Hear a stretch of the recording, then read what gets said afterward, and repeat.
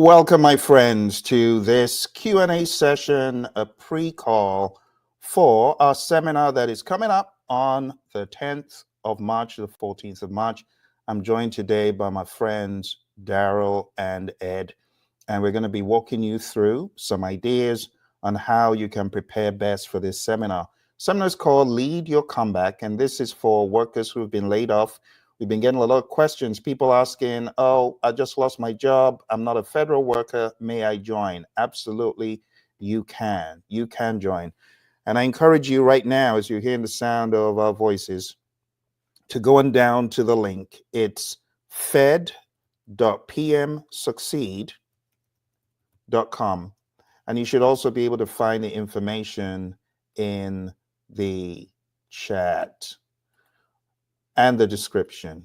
So thank you, Ed, for that. So fed.pmsucceed.com. The idea is for you to come to not only gain clarity about project management, but also for you to gain clarity on your next steps. Okay? So we encourage you to join. It's a free seminar. If you know anyone who's been laid off, feel free to share this link with them, okay? Let's jump straight in to the top of the waves of this seminar. This seminar is going to be based on my new book, which everyone who is attending is going to get for free. You're going to get a free PDF download of this book. It's called Lead Your Comeback, Strategies for Project Management Career Invention. And if you look at the subtitle of this book, which you can also find on Amazon, by the way, it's a strategic playbook for federal workers to transition into project leadership roles.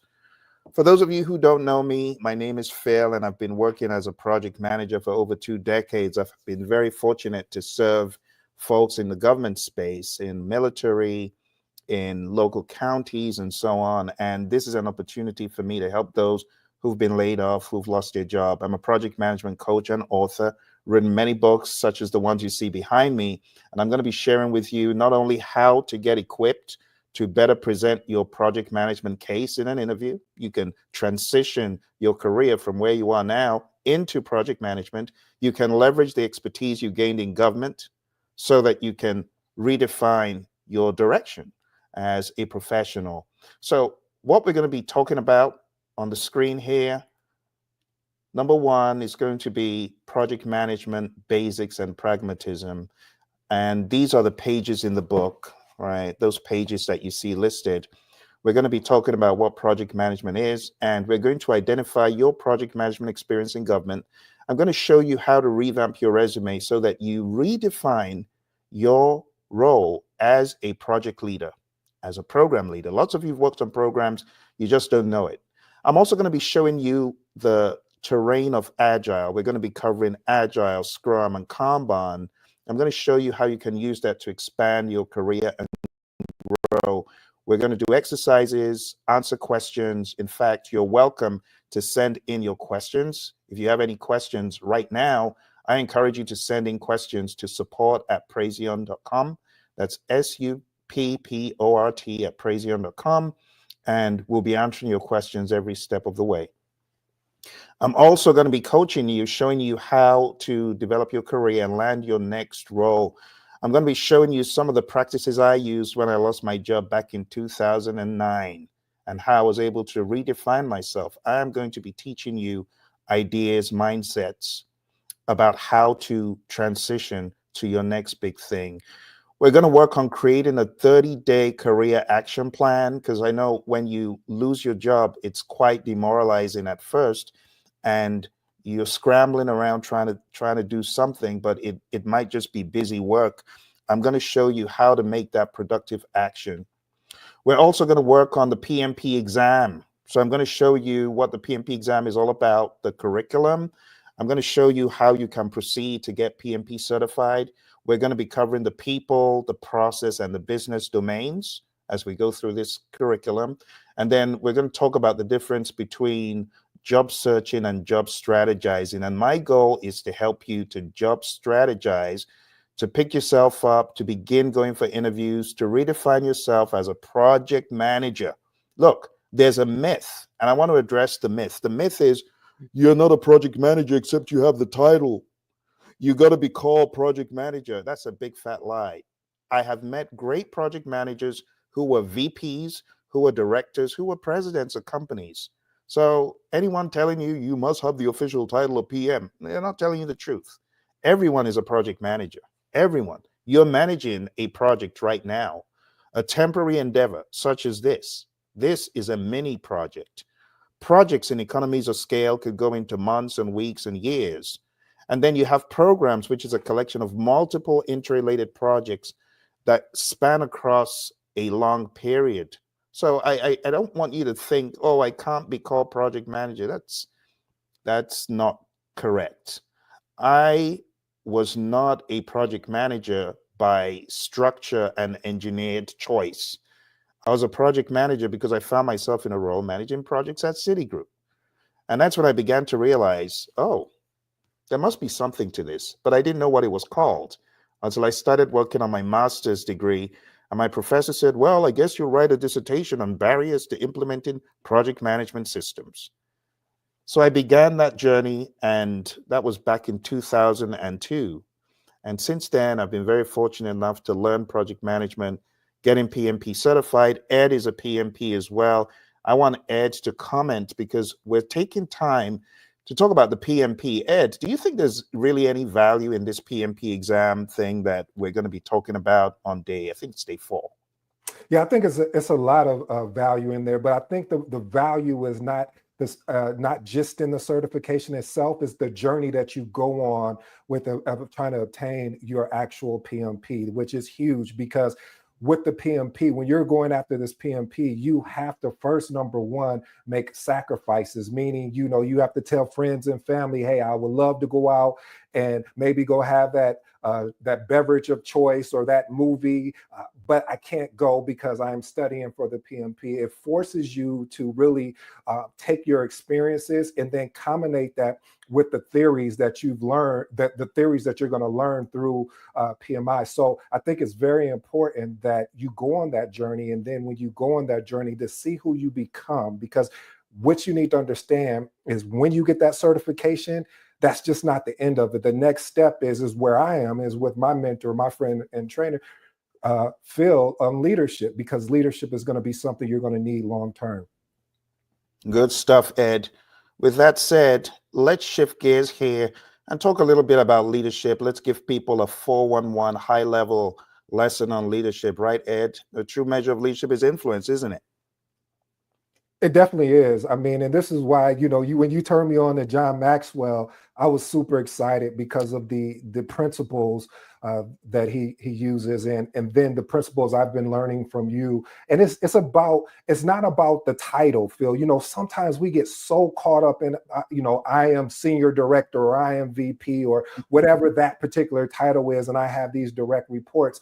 It's about what John always talks about, and what you coach us on, is influence. How can I have influence over someone's life? And then watch this, Phil, inspire them to even go further in their journey, in their career. So I think it's imperative that you allow yourself to grow in leadership. People who become leaders want to be so perfect. They want the perfection, but I believe in starting ugly as a leader and grow as you continue to grow within your profession. Great stuff, Ed. Well, why don't we jump in and do just that? Thank you very much. Let's talk about, very quickly, high level, 21 irrefutable laws of leadership from John C. Maxwell. And I won't cover all the laws, but I'll cover the first law. No matter where you are in the leadership process, you got to know this. The number of laws that you learn, the better leader you'll become. Each law is like a tool ready to be picked up and used to help you achieve your dreams. So law number 1, the law of the lid. This guy's in a jar. That lid, it represents his leadership ability. And this guy cannot go any further in terms of his success, his ability to deliver beyond his leadership potential. The lower your ability to lead, the lower the lid on your potential. Companies know this. What happens when there's a takeover of the company? They're not leaving the CEO at the helm. They're going to cut the CEO out. Why is that? because the CEO is the lid on that company's potential. So the higher your ability to lead, when you understand the dynamics of leadership, the higher the lid on your potential. Is just straightforward. If you want to increase your effectiveness as a project manager, as an employee, learn the laws of leadership, understand how leadership works, and you will become more effective. It will be a geometric progression. You can see in this image here on the left, let's see if we can make that a bit bigger. You can see that the level that this person is putting in level 8.5 in terms of success dedication. Yes, they're dedicated to success, but their leadership is very poor. So that gray area, the darker gray area, that's their level of effectiveness. But on the flip side, if you take a look at someone putting in comparable success dedication, but leadership ability is a 7.5 versus a 1.5 for the first person, you see that it increases their level of effectiveness. The true measure of leadership is influence. You got to understand your ability to influence will make or break your career. And when we talk about influence, we're talking about influencing yourself to start with. So law number 1 is a signal to learn leadership. Be intentional about your leadership journey. One of the best ways to begin learning leadership intentionally is to learn from someone like my mentor, John C. Maxwell, who is behind the book that this presentation is based on. And if you want to follow John, I learned from the best. John gives away stuff for free. I'm giving you this seminar for free. My buddy John, he's giving you Minute with Maxwell for free, $0. And what you're going to learn from the Minute with Maxwell program is every day, as you stay tuned to John's Minute with Maxwell, you're going to learn profound laws, insights, and ideas about leadership. So I highly encourage you to jump on Minute with Maxwell. I put that in the chat. You see that right there? maxwellleadership.com/Minute with Maxwell. Go to that link and sign up, and you'll be able to learn a lot from John's curriculum. Number 2, the law of influence. I've already said it today. True measure of leadership is influence, nothing more, nothing less. John says, he who thinks he leadeth, but has no one following him, is only taking a walk. Isn't it sad that you have people that think they're leading? No one's listening. No one's tuned in. Why? Number 1, no character. Character is poor. 2, they don't have relationships. They are carrot and sticks people, knocking people over the head, coercing people, firing people out of spite, right? Knowledge, they don't know very much. They're not intuitive. They're not leveraging experience, and they're not leveraging success. That is a blueprint for failure. But for those who understand influence as leaders, they have character, they build character. Come on now, let's be honest. You ever seen a character flaw and you say, I need to adjust this? I'm butting into conversations. I'm being too directive as a leader. I am not being empathetic enough. We can all learn from things we're not doing too well. So we can develop character, build relationships, right? Knowledge is also important, right? Knowledge, when it is applied, is power. When it's not applied, it's potential power, which is also important. Intuition. Jack Welch, rest his soul, CEO of GE at the time, he said, go with your gut. You got to leverage that intuition. Experience. Where they've been, people who are influential leaders, they look back in the rearview mirror and they say, that experience is something to learn from. Past success and ability, okay? So that's the law of influence, law number 2. Law number 3, I love this. Law number 3 is one of the few laws I say is the PM's law. It's one of the PM's law. It's called the law of process. Leadership develops daily, not in a day. In this chapter, John talks about Ann Schreiber, a little old lady who everyone thought, no, she doesn't have much money, until she passed away and left Yeshiva University, a windfall. She had been investing little pockets of money over the long haul. And over time, a paltry sum of a few thousands grew into millions because she followed the law of process. And leadership develops daily, not in a day. Project management prowess develops daily, not in a day. So you got to understand, first of all, I don't know what I don't know. I don't know this project management thing. I better go for that seminar with Phil. That's phase 2.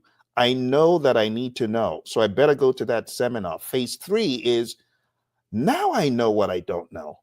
After you've gone through the seminar, you're going to understand what you don't know. And you're going to get to phase 4, where you begin to know and grow. And it's going to begin to show, because you're going to begin seeing yourself as a project leader. And phase 5, I simply go because of what I know. You're now on autopilot. So you got to understand your process as a leader. It's daily, which is why I highly recommend Minute with Maxwell. It's a daily devotion to leadership. You're going to benefit immensely from it. Number 4, I call this the PM's law again. It's the law of navigation. And the law of navigation just says anyone can steer the ship, but it takes a true leader to chart the course. Here we talk about Robert Falcon Scott and Roald Amundsen, right? The big rush to get to the South Pole. And Robert Falcon Scott, he was a British naval officer. He didn't plan as thoroughly as Roald Amundsen, and consequently, all his men died. Some had gangrene. Bad things happened to them. Bad things happen when you don't plan. And the idea behind the seminar that I'm inviting you for is to come learn how to plan, right? PMI, the Project Management Institute, they're masters in showing you the multiplicity of things that you need to plan. You got to plan scope and schedule, cost, quality, resources, communication, risk, procurement, stakeholder. Then you got to apply some agile. I'm going to be teaching you this. But one thing you got to learn from this is you got to be intentional in planning your future, your next step. Number 5 is the law of addition. Leaders add value. Simply put, true leaders, they add value to others. They've got fulfillment in leading others. They lead with the right motives. They have the ability to perform significant acts, and it delights them. And you got to understand that as a leader, you are benefiting as well, right? And you develop this attitude of service. So Ed, let's be honest. We don't want to be negative on this call, but haven't you been in a situation, Ed, where there are carrot and sticks dangled in front of you, a stick to whack you on the head to make you conform, and a carrot to do the same thing? The carrot is still a bad thing because it's been given to you with maliciousness in mind. What do you think about that, Ed? Yeah, Phil. Fortunately, unfortunately, I've experienced that, and like we all have in our career. And sometimes it takes a moment to identify it because it may look as an opportunity, but all opportunities are not good for the direction we're going. This is why strong leadership is required, because when you have a strong leader, now when I say strong, I'm going back to the John Maxwell principle of influence, of being able to influence you in your career, influence you in your day-to-day, because great leaders, what they do is they are slow to speak and very active to listen. I'll say that again, slow to speak, but very active to listen, because it's required in order to understand where someone is going in their journey or what they see in someone, because there's potential there, but how can I pull that potential out of that particular person? So watch this, Phil, so they can see the potential. And now it doesn't turn into, going back to what we were originally stating, a carrot and a stick. They're able to see it and say, oh, I can do this. This is the growth path that I'm on. That is great stuff, Ed. Draw out the greatness and show them how they can even blow their own minds. Great stuff. So the law of addition, right? Only secure leaders give value to others, and leaders add value by serving others. Number 6, the law of solid ground. Trust is a foundation of leadership. So Ed, what are some ways that as a leader, if I go into an organization, if I'm on a new job, if I find myself in a customer situation, how can I build trust right from the get-go? Any ideas? Yeah, I think you have to be consistent and lead by example. Don't, one of the things my mom used to say, and we joked about it. She would say, don't do as I do as I say. And I would say, Mom, respectfully, but shouldn't it be backwards? Like, shouldn't I be following your example? And she would laugh. She was like, yeah, son, you're right. But the point I'm making with that story is that a lot of leaders will say, you need to do this. I mean, you need to be on time at that meeting. We need you in 10 minutes early. And they're walking in the door. If we start at 8, at 8:10, 8:15. Now, I may not be speaking to all leaders, because I know there are a lot of exceptional leaders out there, but those that aren't, they know who I'm talking to. And so it makes it hard and challenging, because you're saying, hey, I need you to do this, but you're not willing to do what you're asking me to do, or showing me examples of how you've actually done that. Because what you were saying, Phil, about the rear view and front shield window approach, that's my thing right there. Because a lot of times in life, we don't understand the importance of keeping that front shield window approach, and only looking at the rear view mirror to be able to glance back at, hey, I didn't lead that person well, but you know what? I can improve by being iterative of helping them grow as an individual, keeping that front shield window approach to leadership. Lovely stuff. And let's not forget that we have our buddy Daryl. Daryl is also PMP. He's also a thought leader in AI. He's my AI coach. The reason why I'm so passionate about AI. So, Daryl, if you have any contributions, please jump in immediately and share them. We're talking about building trust. And Daryl, you've built trust in a number of organizations. So if you have anything to share, now would be a good time for you to jump in and share it. Okay. So still along this law of solid ground, how does a leader build trust? By consistently exemplifying character, as Ed was alluding to. Character communicates consistency, character communicates potential, and character communicates respect. All right, you are going to meet more of my buddies Ed and Daryl in the seminar. So if you have not signed up, please go on down to fed.pmsucceed.com. For those of you who missed the beginning where I shared the curriculum that we're going through, we are going to be talking about leading your comeback. It's based on my book, Lead Your Comeback, which is going to be given free to all attendees. You're also going to get a 10-hour certificate of completion that shows you completed project management coaching 10 hours, which is good for PDUs and is also good for contact hours, because you're going to be learning about project management and associated topics. So I encourage you, if you know anyone who's been laid off, and they don't have to be a federal worker, if they're laid off, just invite them, going down to fed.pmsucceed.com. This is to give back to the federal community that I've served and has given to me in the past. The likes of NASA and the FBI and the U.S. Army and the U.S. Air Force. I have been very happy to serve these individuals. And I remember the U.S. Army Corps of Engineers back in the mid 2000 and want to say 2013 or thereabouts, 2014. They were looking to have training, and there were a lot of furloughs going on at the time. The economy was in bad shape, and government said, sorry, we said we're going to give you PM training, but we're not giving you to train anymore. So I heard this, and it troubled me, because I felt sorry for these people. So I decided to volunteer. I registered as a volunteer to serve with the United States Army Corps of Engineers and deliver the training for free. And subsequently, I got offers from the United States Army Corps of Engineers many years later to train our men and women in uniform out in California. This was out in Arkansas the first time, but I ended up training them in Cali. So what you sow, you reap. I gave to them, and they came back and gave me this awesome opportunity to train and coach our men and women in uniform. And I've trained so many government entities, Department of Justice people, Department of Transport, NASA, so many. So this is a way I'm giving back, okay? Now, this is going to be our final law for today. The final law is the law of respect. People naturally follow leaders stronger than themselves. And the top 5 ways you can gain respect. Number 1 is natural leadership ability. And if you don't have natural leadership ability, if you're someone who is always ducking and diving out of the limelight, you don't want to be in the limelight, you can learn to lead, because part of leadership is understanding it's not about you.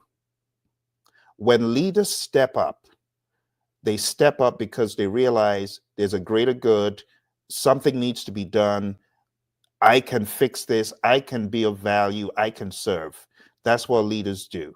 So when you get the leadership mindset, you stop being timid and shy and saying, I don't want to be in the limelight. I just want to stay in the background like a little mouse. That's not leadership. So if you want to gain respect, start off by learning to intentionally lead yourself. Again, it seems like I'm promoting my mentor, John, and maybe I am because it's added tremendous value to me. Okay. And I know that if you follow Minute with Maxwell, you're going to gain so much value. You're going to learn just like I did. All right. So, natural leadership abilities, number one. And to get the natural leadership ability, some people are born natural leaders. They like leading, they like, showing the way. And, you got to understand that leadership is not all about being directive. I don't know if you've ever heard of the Hersey Blanchard model. You got to be a situational leader where you can lead directively, but you can also lead in a way of support and both. And you know when to up the ante on the direction and when to pull it back and things like that. Then you must have respect for others, courage, which unfortunately is lacking in a lot of leaders. They're timid and they rely on ego feeding. They want ego feeding to feel valuable. They forget you should hire the best and the brightest. As Steve Jobs said, we hire the best and the brightest, the smart people, so they can tell us what to do. So great leaders, they have courage, right? They're secure in themselves. They understand that teamwork makes the dream work, and they have success track records to show for it, and they are loyal. If you want to learn the other 14 laws, attend the session. I will be covering the other 14 laws of leadership. Going down to fed.pmsucceed.com. For those of you who missed it in the beginning, we're talking about a smattering of topics in the seminar. We're going to cover project management basics. We're going to cover process groups and knowledge areas. But while we're doing this, I'm going to show you how to revamp your resume to make it more reflective of project management. We're going to cover the 10 knowledge areas. We're going to cover Agile, Scrum, Kanban. We're also going to talk about career strategy and landing your next role, and talk about certifications and next steps. We're also going to talk about mastering the 3 domains for the PMP exam. So if you want a crash course for the PMP exam as well, this is all wrapped up in one. We're going to talk about all the 3 domains, and I'm going to give you access to a final mock exam that will help you understand the craziness of the PMP. Ed, is it fair to say PMP is one crazy exam if you're not well prepared for it? Wow, you're being nice. It must be Saturday today, Phil, because you're being really nice. Man, that exam is emotional journey, but it's worth it. It is very challenging, but it's also exciting.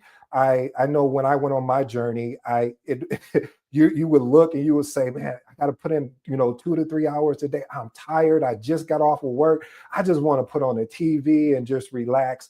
But the journey is worth it, and I really think you're going to get so much value out of, because you're not, and what I love what you're going to be doing here, Phil, is you're going to make this so pragmatic, meaning real life for people, because a lot of times we get all this theory training, and then after I get the training, I can't do anything with it because I don't know what's my next step. And this is why I love being under your tutelage, because you provide pragmatic steps that you can take away that day and start implementing that day. You can give them tonight to think it over, but you want them to take action immediately.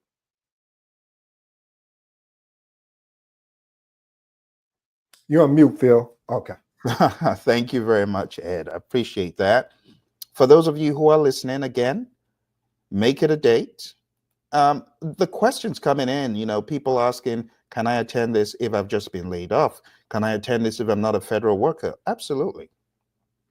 Don't look a gift horse in the mouth. Be smart. And I appreciate those of you who wrote in to ask, can I attend? I'm not a federal worker. Yeah, absolutely. You're not in the United States. That's fine. There are limited seats. So jump on, sign up, register, and we look forward to seeing you there. If you have any questions before the date, send them in to support@praizion.com. We'll be very happy to hear from you. All right. Daryl and Ed, did I miss anything? Any final comments? I'll just say, Phil, first of all, I appreciate, and I think everyone that attends are going to appreciate what you're doing for them, because you have so many things that are going on that you're building and just taking time out. I'm appreciative that you're doing this. So I just hope that people show up and actually take down some notes and look at the book that you're providing them, and take action. Just don't come just to get more knowledge. You can get that anywhere, but come here so you can have actionable steps to move forward in your career. Great stuff, Ed. Thank you very much. I want to give a shout out to our friends on Instagram who I see on there. But Daryl, any final comments? Closing remarks? Yes, Phil, thank you so much for doing this. This is really, truly an honor to be part of this, this pre-session. Yes, especially with leadership and how to use leadership to get back on your feet, when that time happens. But again, thank you again for doing this. Thank you very much. All right, my friends. Well, we've come to the end of the session. Thank you very much, Ed and Daryl, for jumping on. And we're looking forward to seeing you next week.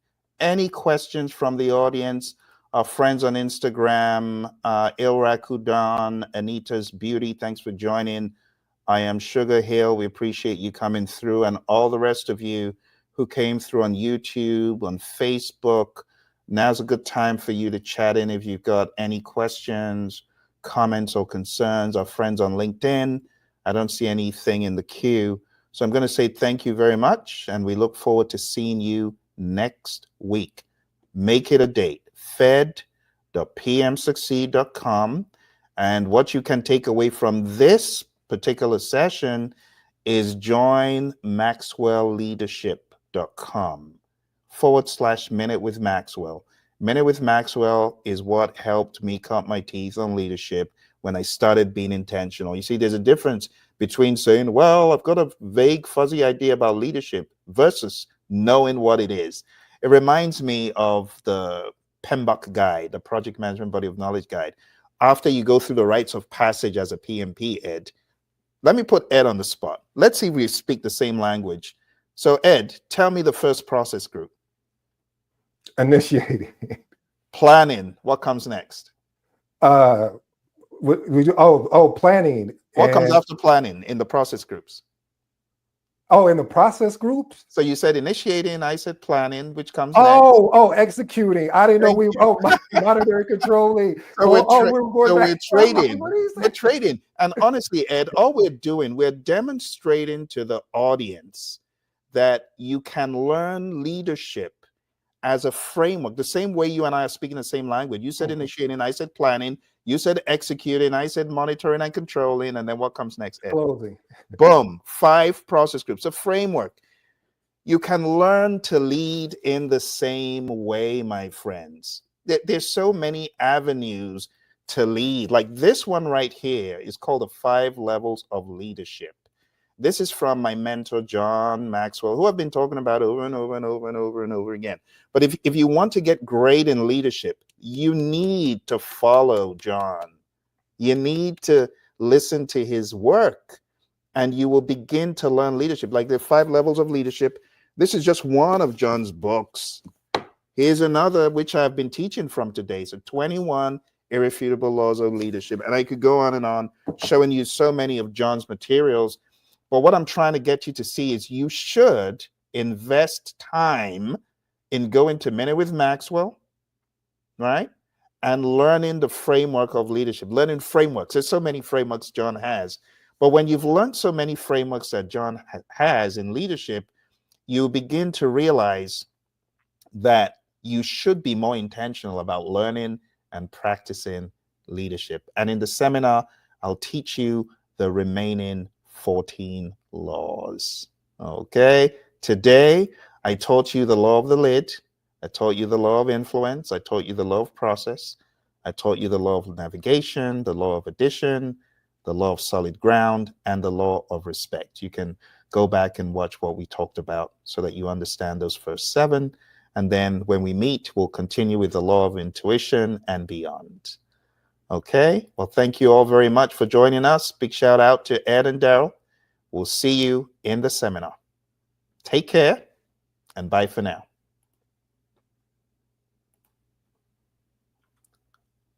Au revoir.